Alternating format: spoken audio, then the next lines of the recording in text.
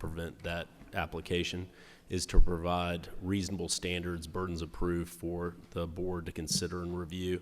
And this language was discussed with the sponsor and advocates for the bill in advance, and we believe this is a reasonable measure to ensure that that policy objective of licenses not being sought in Georgia solely for that purpose will be met.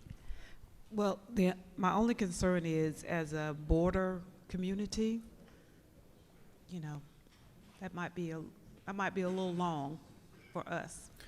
Well, I think the 5-year period was appropriate because that is the period of look back potentially for criminal record, but I certainly understand your point. I still think the measure is satisfactory under the circumstances. Okay. Have another question. Chairman Knight, did you have a question? Thank you, Mr. Leader. And I apologize for this because I know we're at the last minute, but I do have some questions, and I think it's in regard to some things that I may have missed previous in the bill.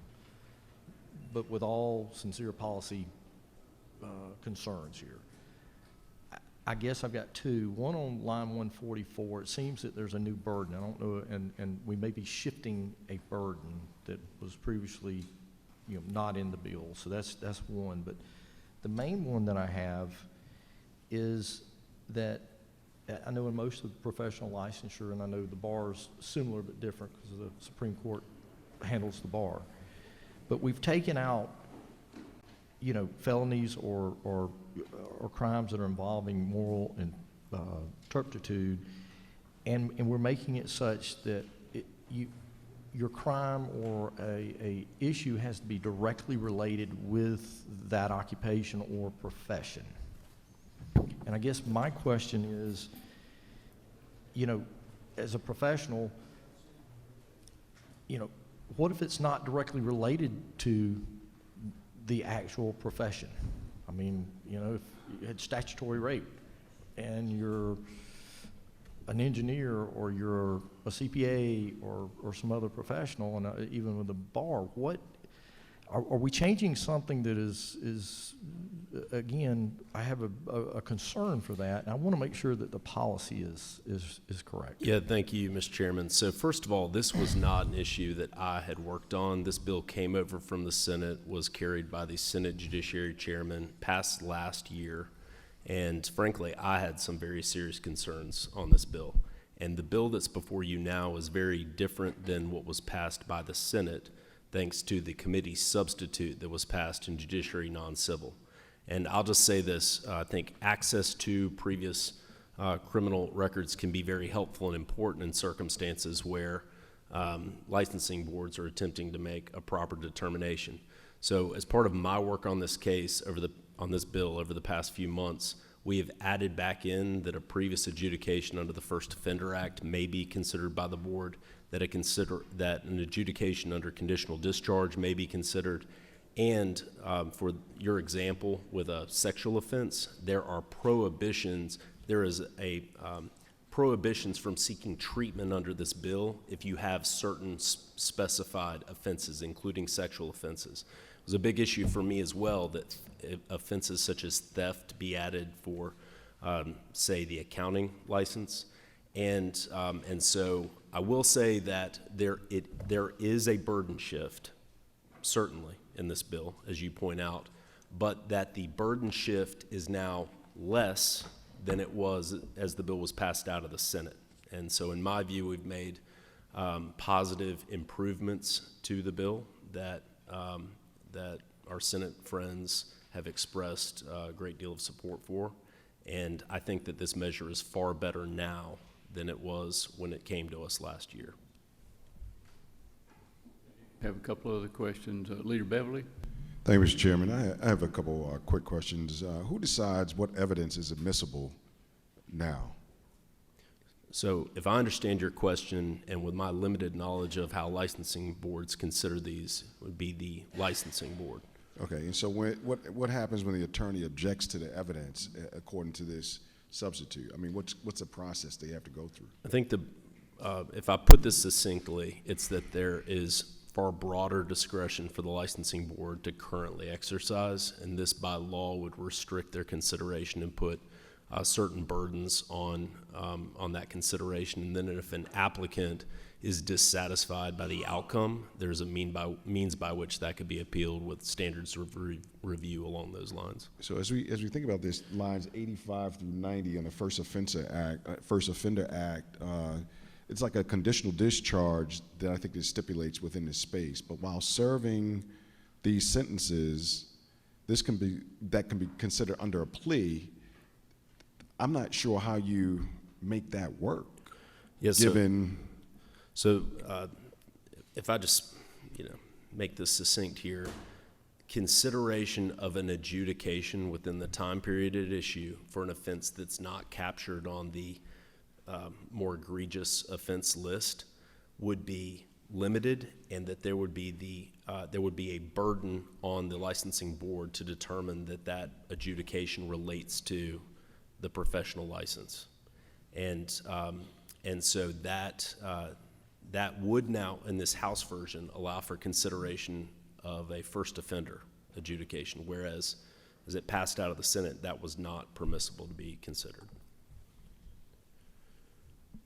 Okay, we have a couple other questions. Whip Park.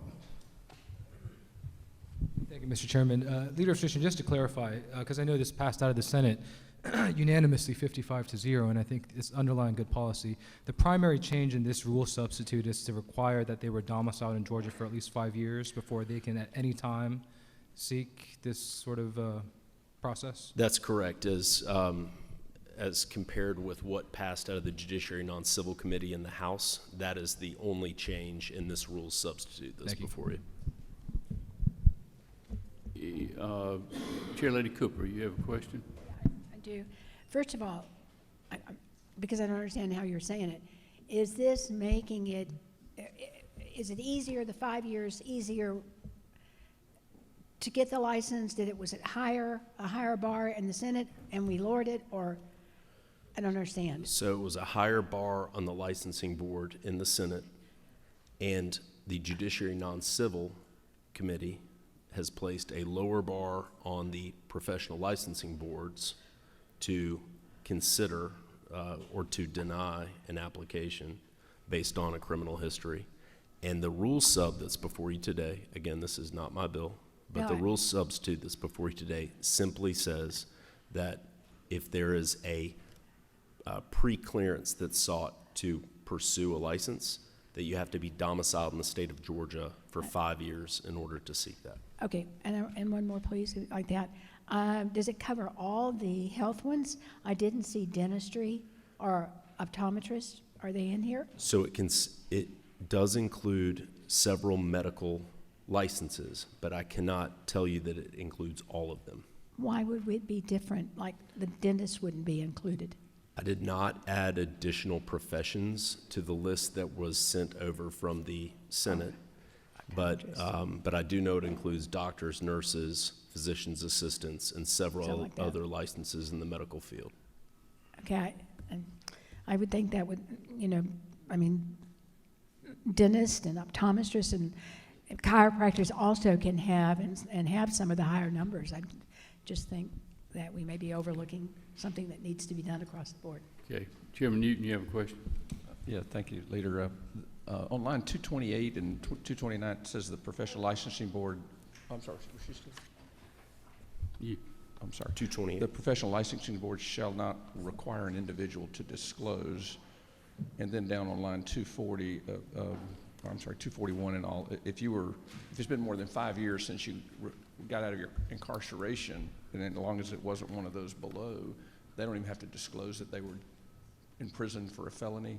So the licensing board can't ask. So I think the disclosure requirement relates potentially to the application for the professional license, and once the licensee has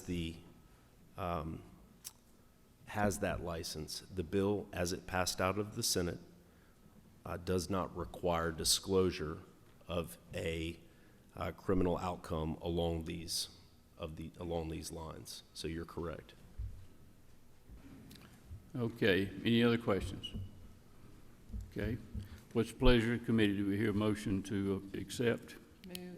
Have a motion and second. Any opposition? Okay, it's accepted, okay.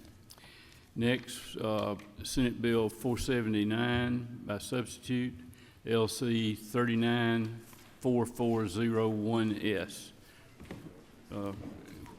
Leader's demonstration.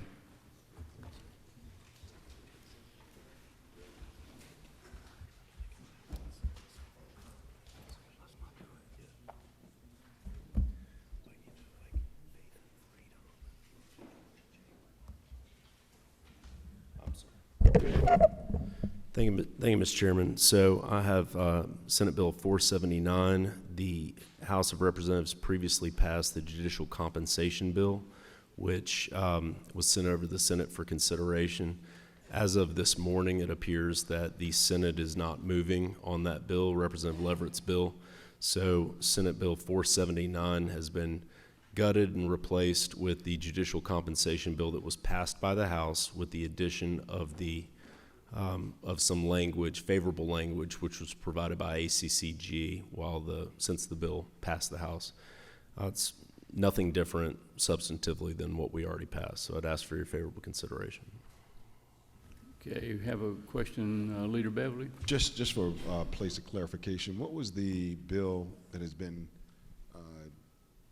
placed in this from ACCG? Do you remember that, the number? And Oh, no, I'm sorry. I'm sorry if I misspoke. ACCG provided some language in support of the Judicial Compensation Bill that was helpful to clear up some matter as to local compensation of judges, and so that is included in here. That's at the very end of the bill. That's in section 5 of the bill. Okay, any other questions? Don't see any more questions. What's the pleasure of the committee? Do we have a motion to accept? Second. A motion and a second. Is there any opposition? Okay, it's accepted. All right. Now, we will set the third supplemental calendar for today. Under modified structure, Senate Bill 97. Move. Have a move and second. Is there any opposition? So, Senate Bill 132 by substitute, LC 442848S. Move. Move and second. Any opposition? Have an objection? Excuse me? Senate Bill 132 by substitute. Okay. You have an objection? All those in favor, raise your hand. All those opposed, it passes. Okay. Senate Bill 208. Have a move Second. and seconds. Any objection? It's on. Senate Bill 212 by substitute, LC 473067S. Have a move and second. Any objection? Have an objection. All those in favor, raise your hand. All those opposed? It's on. Senate Bill 259. Move. Moved and seconded. Any objection? It's on. Senate Bill 324 by substitute. That's LC 481311S. Move. Have moved and seconded. Any objection? It's on. Senate Bill 351 by substitute. LC 491936S. Have Second. moved and seconds. Any objections? It's on. Senate Bill 384. Move. Have moved and seconded. Any objections? It's on. Senate Bill 399. Move. Moved and seconded. Any objections? It's on. Senate Bill 402. Move. Have a move and seconds. Any objections? It's on. Senate Bill 449. Have move and seconds. Any objections? It's on. Senate Bill 479 by sub, LC 394401S. Have a move and seconds. Any objections? It's on. Senate Bill 497. Move. Moved and seconds. Any objections? It's on. Senate Bill 517. Move. Moved and seconds. Any objections? It's on. Senate Resolution 189. Move. Moves and seconds. Any objections? Have an objection. All those in favor, raise your hand. All those object? It's on. Under structured, Senate Bill 344. Move. Moves and seconds. Any objections? It's on. Under structured, Senate Bill 496. Move. Moves and seconded. Any objections? It's on.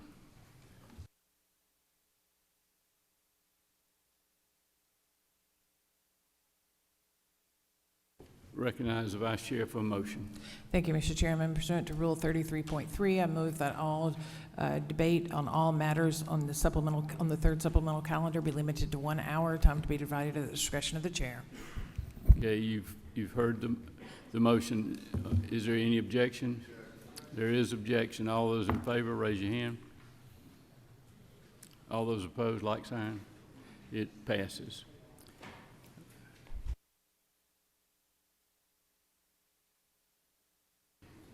That's all we have.